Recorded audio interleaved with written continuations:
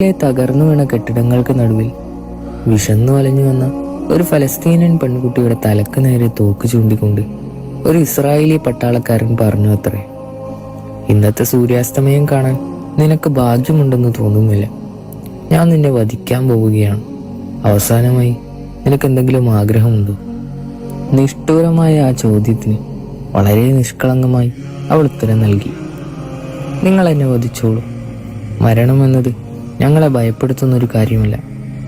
എന്നാൽ നിങ്ങൾ എന്നെ വെടിവെക്കുന്നുണ്ടെങ്കിൽ അതെൻ്റെ വയറ്റിൽ തന്നെ വെക്കാൻ ശ്രമിക്കുക. ഒരുപക്ഷെ ആ ഒരു വെടിയുണ്ട കൊണ്ടെങ്കിലും എൻ്റെ വിശപ്പൊരൽപ്പം മാറുമല്ലോ എന്ന് ഞാൻ ആഗ്രഹിക്കുന്നുണ്ട്.